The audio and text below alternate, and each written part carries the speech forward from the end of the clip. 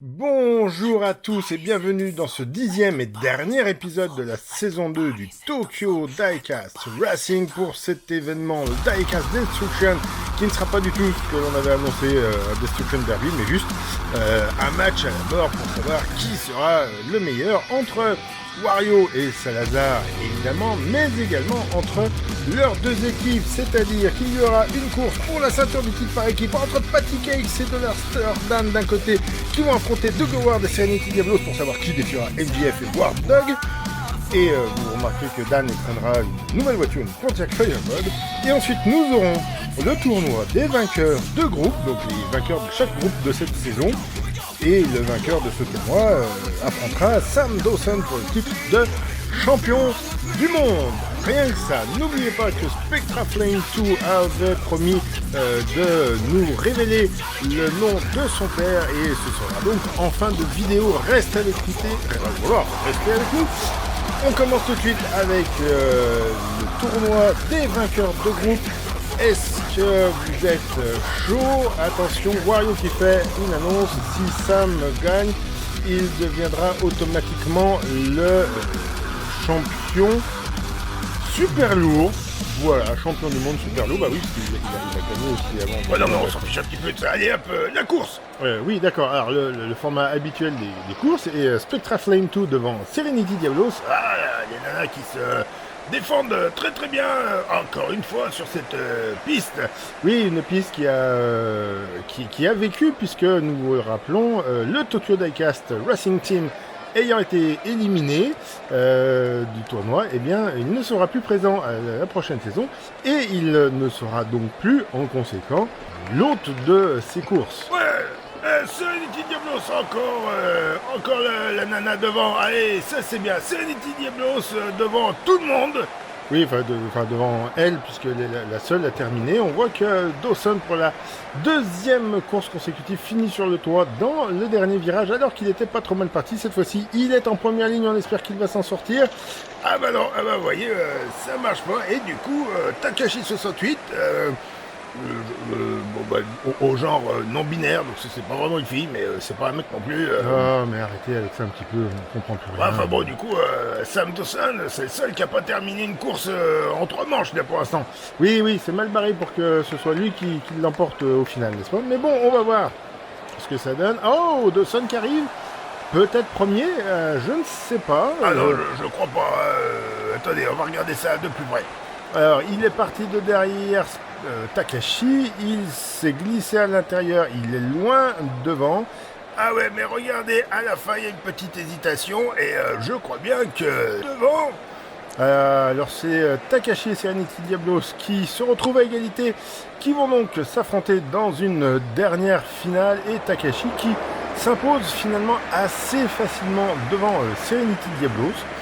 Donc une fin de saison relativement haletante, mais tout de même remportée par Takashi 68 de l'équipe des Fast Cash, qui est l'équipe qui a remporté. Ah non, ils ont pas remporté. Non, là, vous avez raison, ils n'ont pas été éliminés non plus. Ouais, d'accord, ils ont été honorables, ils ont fini 3e, mais ça fait pas tout. Allez, on passe au titre par équipe avec le grand défi que se lancent déjà les villes de Salazar et la team Wario, avec Serenity qui revient tout de suite face à Dollar Allez, Dollar avec sa nouvelle voiture. et déjà sur le toit. Ouais, et toujours pas à la fin. Et donc c'est Serenity Diablos qui l'emporte. Ouais, girl power. Oui, Vous avez vu que la Finlande s'est dotée d'un parlement à majorité féminine, 52% de députés femmes. ouais, du coup, les non-binaires... Ouais, comme ça, je sais pas comment... Allez, deuxième course avec cette fois-ci... Oh, ça c'est bon. Là Patty Cakes qui l'emporte devant Doug Howard. Allez les filles. Là, on peut dire effectivement que les filles ont réussi leur coup sur cette course. Pourtant, Doug Howard était vraiment en tête.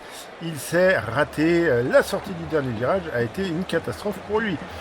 Et c'est donc en toute logique que les deux nanas s'imposent assez facilement dans cette course à 4. Et oui, Serenity Diablos devant Patty Cakes et les deux garçons n'ont pas du tout terminé la course.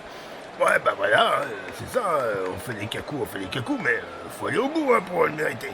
Et donc Serenity Diablos qui s'impose pour les villes et elle va donc affronter avec son frère MJF et War Dog. Elle s'élance en première face au catcheur MJF. Ah bah ouais, bah là il a fait une sacrée prise, mais il s'en est pas remis non plus, dites donc. Ah ouais, c'était bien parti, c'était très très serré, ils sont allés peut-être un peu trop fort tous les deux. Ouais, là comme l'autre là, ils ont surroulé. Ah ouais, vous pouvez le dire. Donc, ça repart, on refait le départ. Allez les filles! Ah oui, bah, c'est Serenity Diablos qui s'impose assez facilement cette fois-ci, je comprends pas. Si, regardez, il a essayé de faire une prise de catch, il s'est raté, elle lui a filé entre les doigts, et puis voilà, elle s'impose, c'est une nana, c'est normal, c'est les plus fortes. Ouais, je sais pas quoi répondre à ça. Allez, là il y a que deux bonhommes, alors on va voir ce que ça donne. Oh bah ouais, c'est tout vu, la frangine lui a donné les bons conseils, et puis ça y est, il s'impose. Et voilà, une nouvelle victoire pour le Rhino Truck, avec une superbe finale. Et donc, Doug Howard, qui a suivi les traces de sa sœur Serenity Diablos, pour l'emporter. La ceinture de champion change donc de hanche et les villes de Salazar repartent en plus du tournoi avec la ceinture. Ouais, alors ça veut dire que Wario il va vraiment pas être content. Et justement, voilà la bataille des chefs.